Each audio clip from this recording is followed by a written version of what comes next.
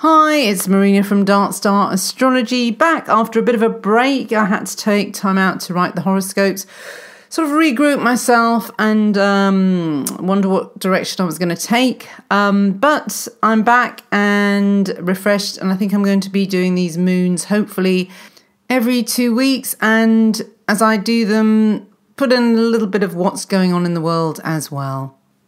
So the next full moon is at November the 4th, and it's in Taurus, Decan 2. It's at 11 degrees Taurus, and it's closest to fixed star Menkar, which is found in Cetus the Whale. There's also a blubbery sextile to Neptune, which makes this full moon all the more oceanic. Good examples of the exalted moon in this decan are Carl Jung and Edgar Cayce, who were born with their moon in this decan. We can see the clear connection to the collective unconscious, since Cetus the Whale is symbolic of the communal psyche of the world. So what you get here is an absorption of everything that is out there in the cosmos, seen and unseen, and from dimensions that may have a positive or negative agenda. So those who are touched by this full moon can be easily manipulated by these pan-dimensional forces, so that they have difficulty discerning their own emotions from those around them. This sensitivity can work in a positive manner too, where artists can pick up the mood of the audience and modulate their performance to fit. This is a sensuous and empathic full moon, so it's actually quite a good time to book a massage. This full moon has healing hands and green fingers due to the mercurial influence of the decan generally, and this is the Virgo section of Taurus. And that's using the triplicity method of dividing the decans up. Those positively influenced by this Taurus full moon will make fantastic hosts and throw lavish parties at this time, but they may pay for it the next day, as this full moon loves to indulge. Mostly the moon tends to be happy in this decan, and it's generally able to overcome the negative aspects of the fixed stars. But just be aware that Menkar can be problematic, as described by Vivian Robson. And he says that this moon brings, or rather Menkar brings, mental anxiety, hatred of the vulgar, ill will of women, danger from thieves, sickness to native and family, loss of marriage partner or near relative, quarrels, legal losses, legacies and inheritances attended by much evil. But Bernadette Brady sees Menkar more positively and says it's emotionally committed to or responsive to the needs of the collective. One's actions have far-reaching effects and emotions run high in the general public. So, you know, I do include Vivian Robson's interpretations. I know they can be a bit harsh, but also, by the way, it's not exactly on Menkar. Menkar's at 14 degrees of Taurus and this moon is at 11. So I just put it in because I did like the symbolism of the whale, and I'll go into that in more detail later on. But it also fits too because this full moon is sextile Neptune, which wants to make things as perfect as possible. So perfect that it looks quite surreal against the backdrop of the real world. So in relationships, we might need to guard ourselves against putting partners on a pedestal.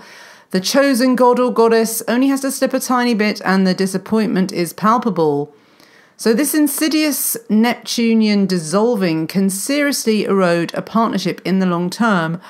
On the positive side, Neptune's self-sacrificial tendency brings a flowering of affection and care, but there is a deceptive side of Neptune as well, and I suppose that kind of goes with the Menkar energy too, so that it can come across as the holy rescuer, only to shatter the disciples' dreams when the moon-Neptune person shows that they're merely human. So there's also a moon square Ceres, which to me is the aspect equivalent to the Salvation Army, which seeks to rescue those in most need. Now, I don't know if you get the Salvation Army in the States, but in England it's a Christian, they're kind of like a brass band and they turn up at sort of charitable events and stuff. But yeah, the concept of a Salvation Army, when they seem very benign as well, like that they're not violent. They're just the most kind of peaceful people. It's just funny, the paradox. But anyway, and with Moon Square Ceres, it's like a double caring energy. So it wants to save and nurture. So the thing is, with this full moon, you have to be careful that the saving doesn't turn into this savior complex, because when this aspect warps, it warps big. The subject can be the smothered rather, or do the smothering. Sometimes they will be one and then the other, depending on the relationship. So the thing with Moon Square Ceres, it can very easily destroy life instead of saving it. And it can love so hard and hug so tightly that it squeezes the life out of the beloved.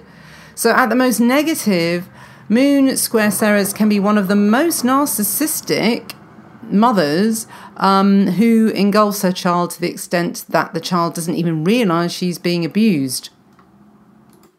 So if you look at the geometry of this full moon, you can see that the full moon opposition is the centre pillar of a quadrant, which comprises a T-square with Ceres, and this pillar also sandwiches two learning triangles together.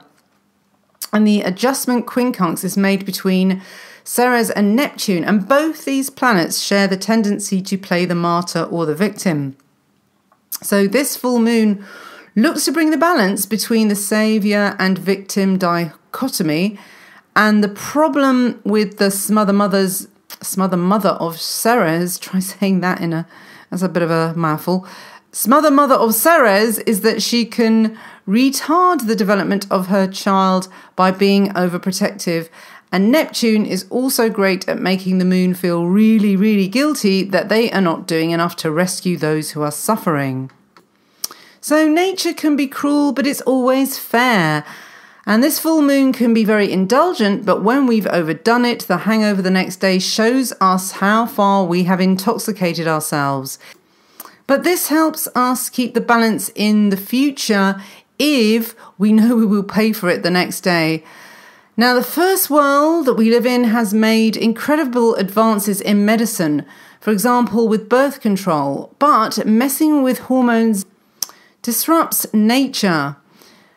We know already that BPI in plastics mimic estrogen, and this hormone also pollutes the waste system. And this has been found to be the cause of transgender fish.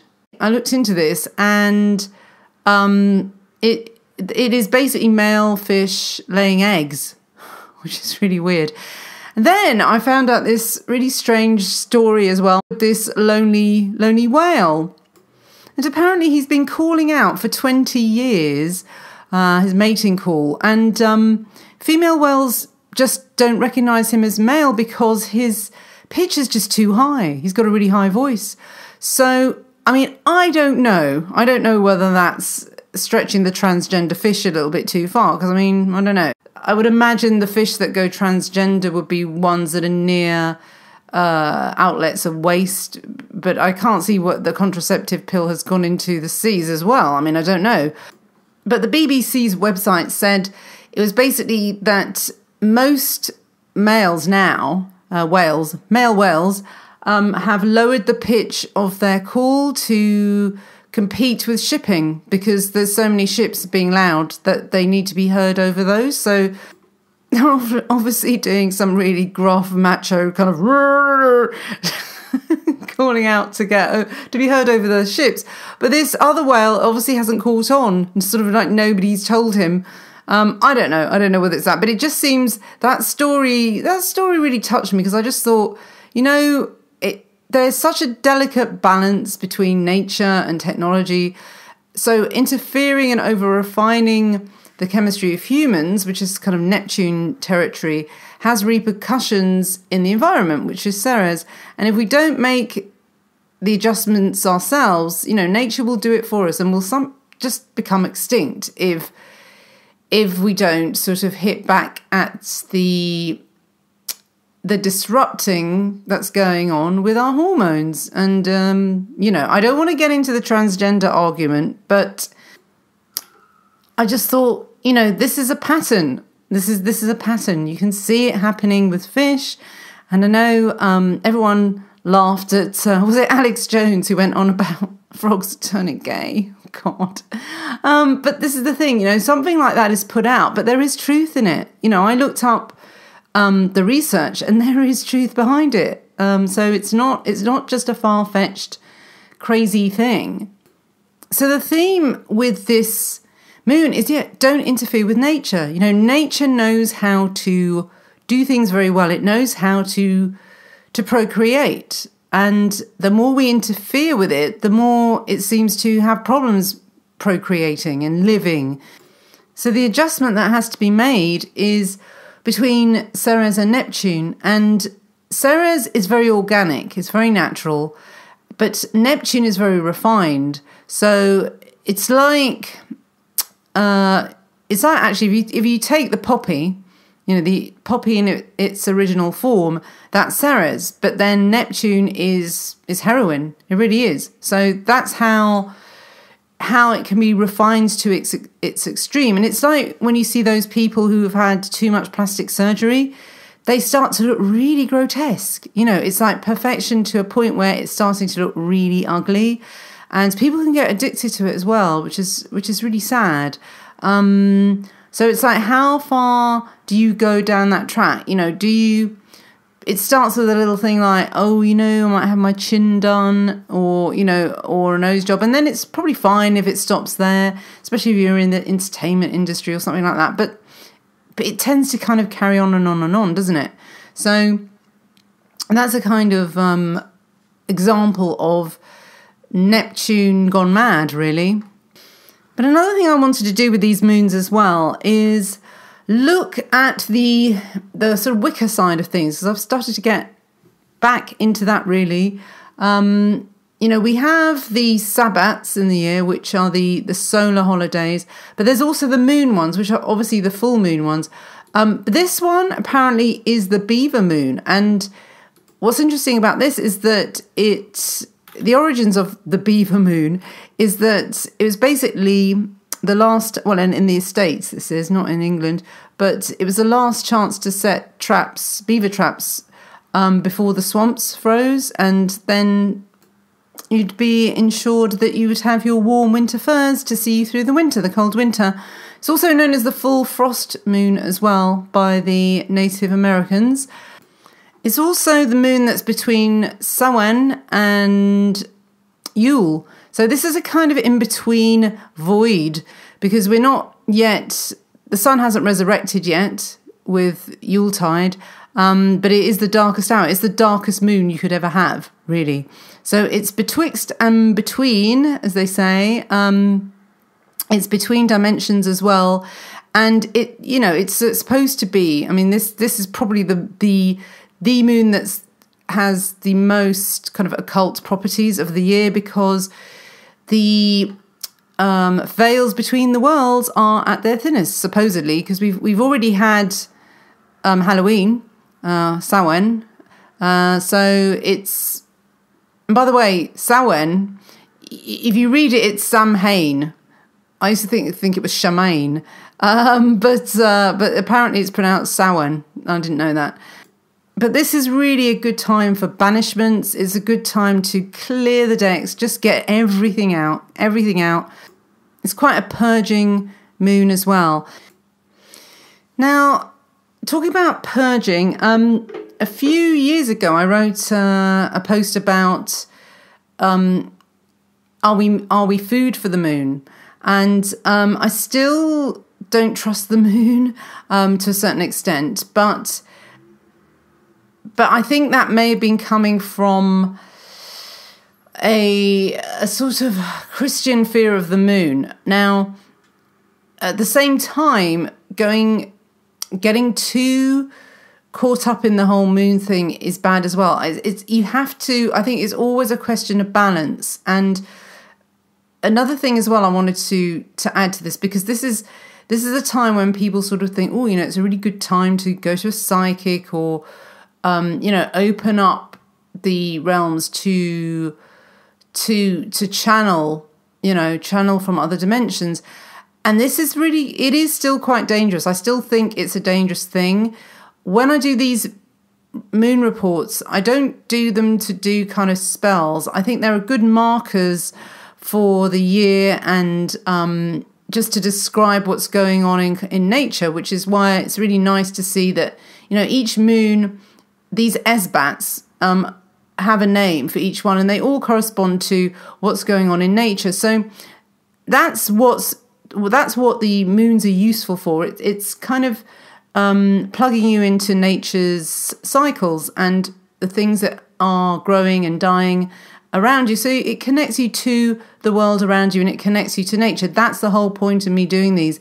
It's not to do some kind of like magic-y, spelly thing where you're kind of offering yourself up to the moon and want to become a lunatic, because being possessed by the moon is not a good idea either. I don't think, personally. It's also a good time to sort of take stock of what's going on in the news. When I say that, though, again, I think it's not a good thing to do to become obsessive with the news.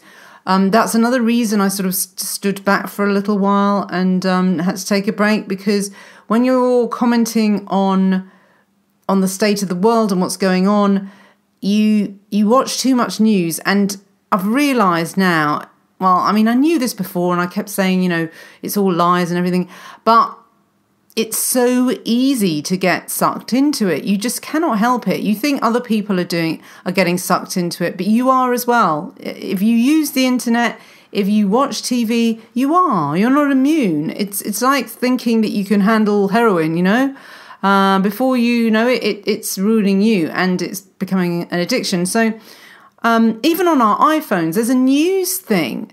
I managed to turn it off because I just thought it would come up. You turn your phone on and this news thing comes up and it's all clickbait. It really is. And you can't help but click on it. And it seems to be that they know the things you're into and they know the things that are going to trigger you as well. So, if you're worried about immigration, they'll stick that right up on the top, and it's like, argh. So yeah, I just thought, no, get rid of that. And I'm going to really limit the news sources. And I'm just getting it from YouTubers that I like, just ones who I regard as almost like listening to a friend talking.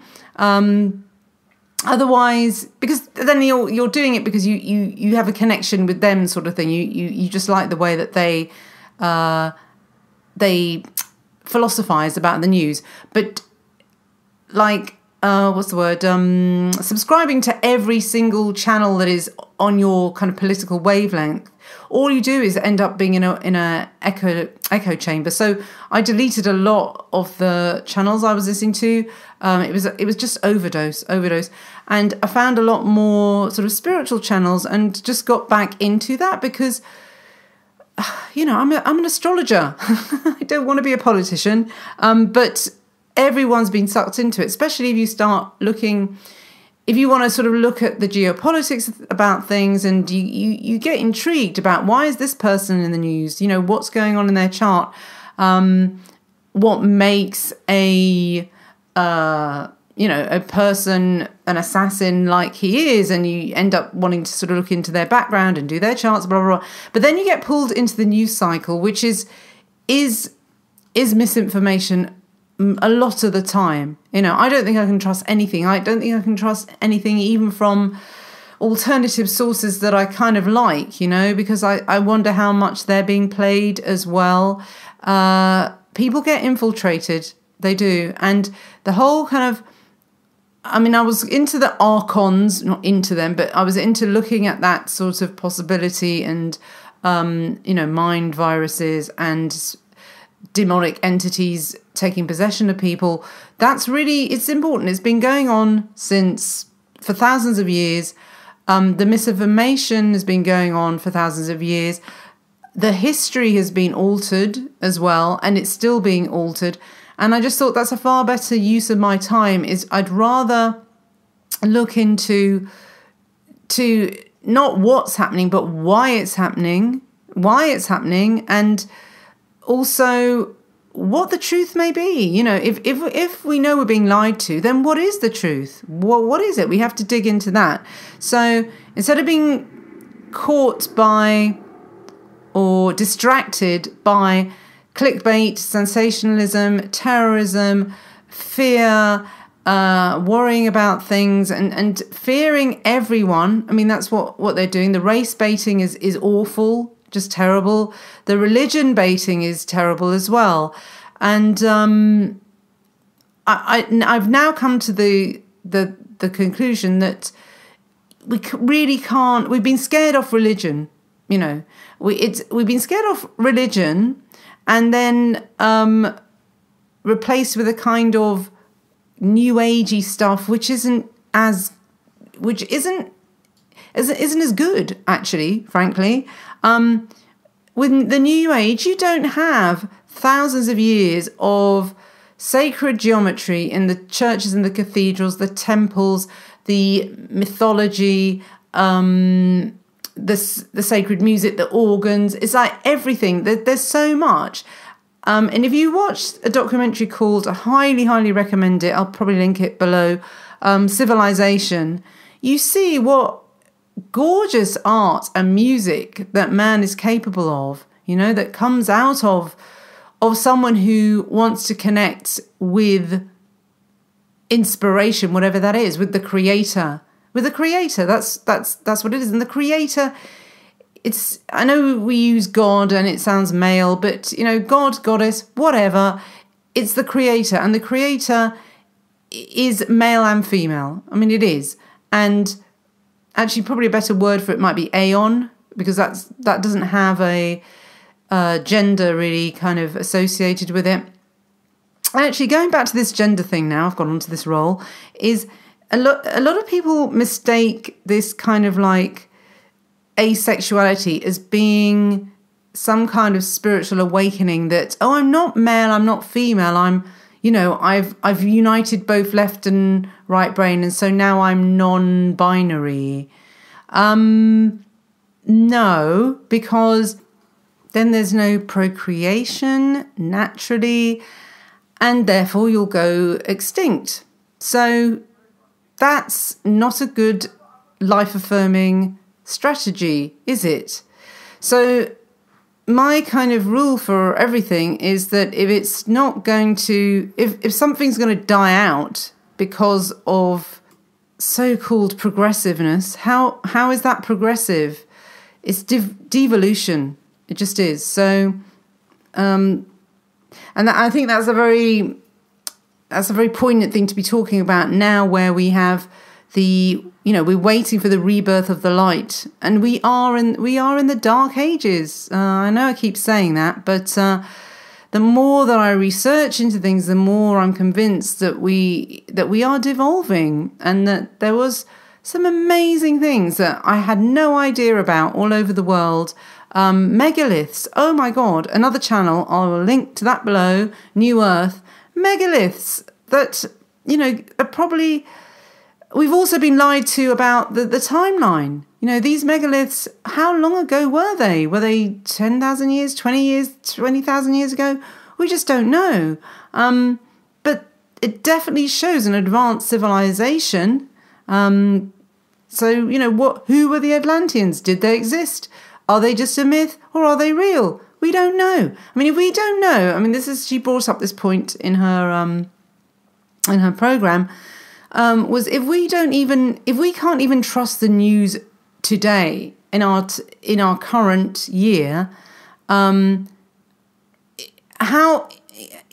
easy is it to lie about things that happened 10 years ago, 20 years ago, 200 years ago? I mean, there's no way of proving it. So, you know, things are being forged. So we can't trust our history.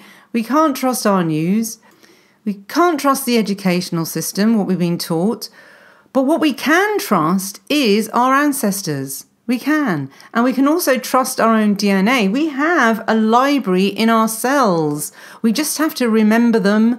So at this full moon, we can call in our ancestors, call in our great-grandmother or grandfather, because we can trust them. they're our kith and kin. They want us to survive. They want their descendants to survive. They're not going to give you advice to be suicidal. They're just not. So you can trust them. But calling in some random spirit or goddess from somewhere, it's a little bit iffy, because spirits can come and pose as Venus, or they can come in and pose as Jupiter and be all benevolent, or I don't know, some bloody archangel. They can pose as that, but